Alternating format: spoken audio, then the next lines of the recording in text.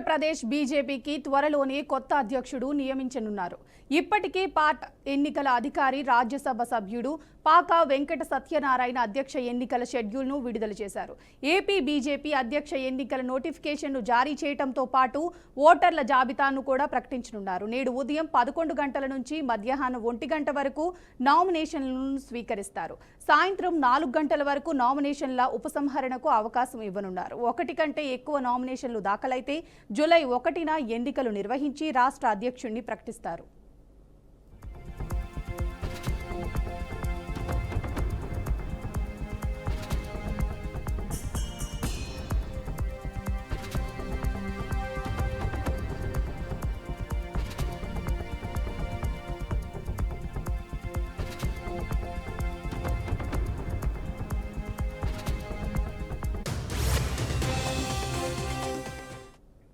ఈ ఎన్నికల ప్రక్రియకు కర్ణాటక ఎంపీ పీసీ మోహన్ పరిశీలకులుగా వ్యవహరించనున్నారు.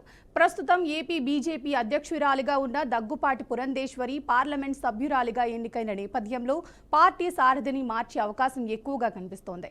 ఈ నేపథ్యంలో రాష్ట్ర బీజేపీ అధ్యక్ష పదవి రేసులో మాజీ సీఎం నల్లారి కిరణ్ కుమార్ రెడ్డి, మాజీ రాజ్యసభ సభ్యుడు జీవీఎల్ నరసింహారావు, మాజీ MLC PVN Madhav, MLA Sujana Chowdary, Narasimha Reddy, Vishnuvardhan Reddy తదితరులు ఉన్నారని ప్రచారం జరుగుతోంది. రాష్ట్రంలో ఎన్డీఏ ప్రభుత్వం ఉన్న నేపథ్యంలో బీజేపీ రాష్ట్ర అధ్యక్షుడిగా ఎవరికి అవకాశం దక్కుతారన్న దానిపై రాజకీయ వర్గాల్లో ఆసక్తి నెలకొంది.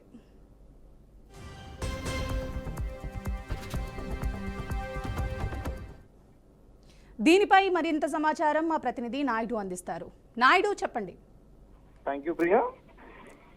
ఏపీ బీజేపీ అధ్యక్షుడికి సంబంధించి ఎన్నికల ప్రక్రియ అయితే ప్రారంభమైంది మనం చెప్పుకోవచ్చు. ఎందుకంటే 29 నిన్న నోటిఫికేషన్ జారీ చేయడం, ఈ రోజు నామినేషన్ ప్రక్రియ, అదేవిధంగా చూసుకున్నట్లయితే కనుక జూలై 1వ తేదీన అయితే కనుక వీళ్ళ అధ్యక్షుడికి సంబంధించి ఎన్నిక ప్రక్రియను అయితే పూర్తి చేసేందుకైతే ఇప్పటికే కూడా మొత్తం అన్ని కూడా సన్నద్ధమైన పరిస్థితి అయితే మనకి కనిపిస్తుంది. ప్రధానంగా చూసుకున్నట్టయితే కనుక ప్రతి 2 సంవత్సరాలకు ఒకసారి జరిగేటువంటి ఏపీ బీజేపీ ఎన్నికలకు సంబంధించి ప్రక్రియ అయితే మాత్రం చాలా స్పీడ్ గా జరుగుతున్నట్టు కూడా మనకి చెప్పుకోవచ్చు. ప్రధానంగా దీనికి సంబంధించి కార్యక్రమాలన్నీ కూడా ఇప్పటికే ప్రారంభమే. అయితే ఇప్పటికే అధ్యక్షుడి ఎన్నికకు సంబంధించి అయితే మాత్రం పూర్తి స్థాయిలో ఒక నిర్ణయం కూడా పూర్తి అయ్యింది అంటూ కూడా ఒక చిన్న రూమర్స్ కూడా జరుగుతున్న పరిస్థితి అయితే ఉంది. అయితే కానీ ఎన్నికల ప్రక్రియ అనేది అది వాళ్ళకి ఉంటుంది కాబట్టి దానిలో భాగంగానే ఈ కార్యక్రమాలన్నీ ఉన్నాయి అంటూ కూడా బీజేపీ నాయకులు కొంతమంది చెప్తున్న పరిస్థితి కూడా మనకి తెలుస్తూ ఉంది. అయితే చివరికి మనం చూసుకున్నట్టయితే కనుక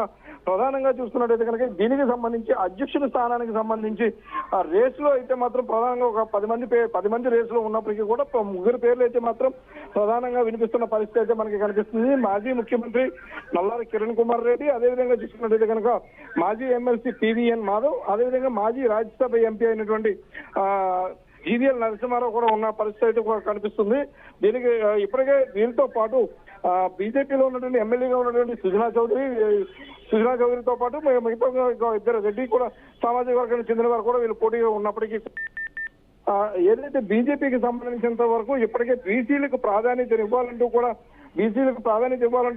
మొదటి నుంచి కూడా పట్టుబట్టుకోవడం పరిస్థితి ఉంది. అందుకే ఈ నేపథ్యంలోనే 2 రాజ్యసభ స్థానాలను కూడా బీజేపీకి ఉన్న నేపథ్యంలో ఇప్పుడు ఏదైతే అధ్యక్షుడిని కూడా బీసీ సామాజిక వర్గానికి ఇవ్వాలంటూ కూడా పట్టుబడుతున్న పరిస్థితి ఉంది. అదే పరిస్థితిగా మనం చూసుకున్నట్టయితే కనుక బీసీ సామాజిక వర్గానికి చెందిన పీవీఎన్ మాధవ్ పేరు అయితే మాత్రం పర్మనెంట్ గా కూడా ఖరారైన కూడా మనకి ఇప్పటికే ఖరారు చేసినట్టుగా కూడా మనకి తెలుస్తూ ఉంది. అయితే భవిష్యత్ రాజకీయాలకు అనుగుణంగా చూస్తే అధ్యక్షుడు అయితే మాత్రం నిర్ణయం కూడా మోడీ ద్వయ అయితే మాత్రం దీనికి సంబంధించి నిర్ణయం తీసుకుంటారంటూ కూడా చెప్తున్న పరిస్థితి అయితే ఉంది. అదేవిధంగా చూసుకున్నట్టు కనుక రెడ్డి సామాజిక వర్గానికి ఇవ్వాల్సి వస్తే కనుక కిరణ్ కుమార్ రెడ్డి పేరును కూడా పరిశీలిస్తారంటూ కూడా ఉన్నప్పటికీ కూడా కానీ ప్రధానంగా బీసీకి ఎక్కువ ప్రాధాన్యత ఇస్తారంటూ కూడా అయితే మాత్రం బీజేపీ నాయకులు కూడా చెప్తున్న పరిస్థితి అయితే మనకి కనిపిస్తూ ఉంది. అదేవిధంగా చూసుకున్నట్టు కనుక కూటమి ప్రభుత్వంలో చూసుకున్నట్టయితే కనుక బీజేపీకి ప్రత్యేకమైన స్థానం ఉన్నందున ఈ నేపథ్యంలోనే బీసీ సామాజిక వర్గాన్ని ప్రధానంగా చూసి తీసుకుంటారంటూ కూడా చెప్తున్న పరిస్థితి అయితే ఉంది. దీనిపై పూర్తిగా ఇప్పటికే హైకమాండ్ నిర్ణయం తీసుకుంది కాబట్టి దీన్ని అమలు చేయడమే లేట్ అంటూ కూడా బీజేపీ నాయకులు అయితే చెప్తున్న పరిస్థితి అయితే ఉంది. ఏదేమైనప్పటికీ అయినప్పటికీ కూడా మరి 2 రోజుల్లో అదే ఈ రోజు రేపట్లో ఈ రోజు సాయంత్రం వరకు అయితే కనుక ఎన్నికల ప్రక్రియ పూర్తవుతుంది. రేపు ఎన్నికల ప్రక్రియకు సంబంధించి అధ్యక్షుడిని అయితే రేపు అధికారికంగా కూడా అనౌన్స్ చేస్తారంటూ కూడా ఇప్పటికే బీజేపీ నాయకులు అయితే చెప్తున్న పరిస్థితి అయితే మనకి ఇక్కడ కనిపిస్తూ ఉంది. నాయుడు, కర్ణాటక ఎంపీ పీసీ మోహన్ ఈ ఎన్నికల పరిశీలకుడిగా ఉన్నారు కదా, వారికి జాతీయ స్థాయి మార్గదర్శకాలు ఏమన్నా ఉన్నాయా? అంటే ఇప్పటికే జాతీయ నాయకులు అయితే కనుక ఒక మార్గ నిర్దేశం చేశారంటూ కూడా చెప్తున్న పరిస్థితి అయితే ఉంది.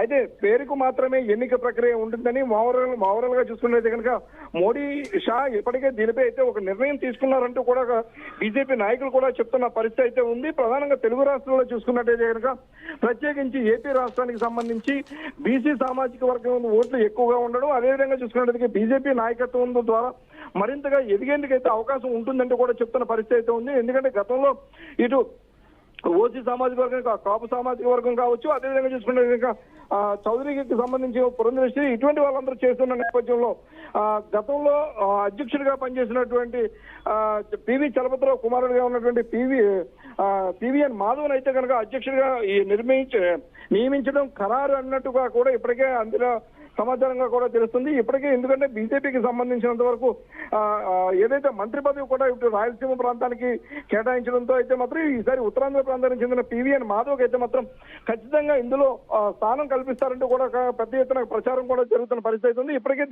దీనిపై సంబంధించి పివిఎన్ మాధవ్ అయితే మాత్రం లైన్ క్లియర్ అయినట్టుగా కూడా సమాచారం ఉంది. ఇప్పటికే ఢిల్లీ అంటే ఇటు మోడీ కావచ్చు, షా కావచ్చు, పివిఎన్ మాధవ్ పై అయితే మాత్రం ఎటువంటి వ్యతిరేకత లేదని ప్రధానంగా చూసుకుంటే ఇటు బీసీ సామాజిక వర్గం కావచ్చు, అదేవిధంగా తండ్రి తాలూకా పివి చలపతిరావు ఆశీస్సులు కావచ్చు, అదేవిధంగా చూసుకుంటే నాయకత్వం బీజేపీలో ఉన్నటువంటి ఉన్నత స్థాయి నాయకత్వం అంతా కూడా పివిఎన్ మాధవ్ వైపే మొగ్గు చూపే అవకాశాలు ఉన్నాయంటూ కూడా చెప్తున్నారు. ఎందుకంటే మొదటి నుంచి కూడా ఆర్ఎస్ఎస్ భావజాలం కలిగినటువంటి పివిఎన్ మాధవ్ అయితే దీనికి సరైన నిర్ణయంగా కూడా అయితే మాత్రం వీళ్ళు నాయకులందరూ చెప్తున్న నేపథ్యం అయితే కనిపిస్తుంది. ఈ నేపథ్యంలోనే ఇటు ఢిల్లీ వర్గాలు కావచ్చు, ఇటు రాష్ట్ర వర్గాలు కూడా ఇప్పటికే పివిఎన్ మాధవ్ అయితే మొగ్గు చూపుతున్నారని, కేవలం ఈ ఎన్నికైతే మాత్రం నార్మల్ గా ఒక ప్రాసెస్ కోసమే చేస్తున్నట్టుగా కూడా అయితే చెప్తున్న పరిస్థితి మనకి కనిపిస్తుంది. ప్రియా,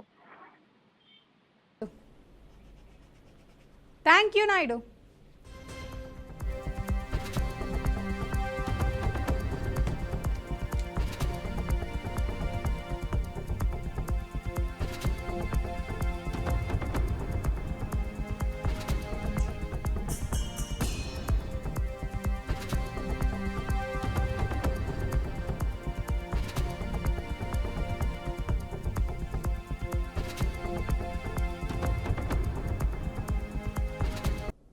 తెలంగాణ ప్రభుత్వం జూలై 1వ తేదీన ప్రజాభవన్లో పవర్ పాయింట్ ప్రెజెంటేషన్ కార్యక్రమాన్ని నిర్వహించనుంది. మధ్యాహ్నం 3 గంటలకు ఈ ప్రెజెంటేషన్ని ప్రవేశపెట్టనున్నారు. ఆంధ్రప్రదేశ్ ప్రభుత్వం నిర్మించనున్నారు అని ప్రకటించిన గోదావరి బనకచెర్ల ప్రాజెక్టు వల్ల తెలంగాణ రాష్ట్ర ప్రయోజనాలు ఎలా దెబ్బతింటాయో ఈ ప్రెజెంటేషన్లో వివరించనున్నారు. ఈ కార్యక్రమాన్ని ఉత్తమ్ కుమార్ రెడ్డి పర్యవేక్షించుండగా ముఖ్యమంత్రి రేవంత్ రెడ్డి, సంబంధిత మంత్రులు ఈ సమావేశానికి హాజరు కానున్నారు.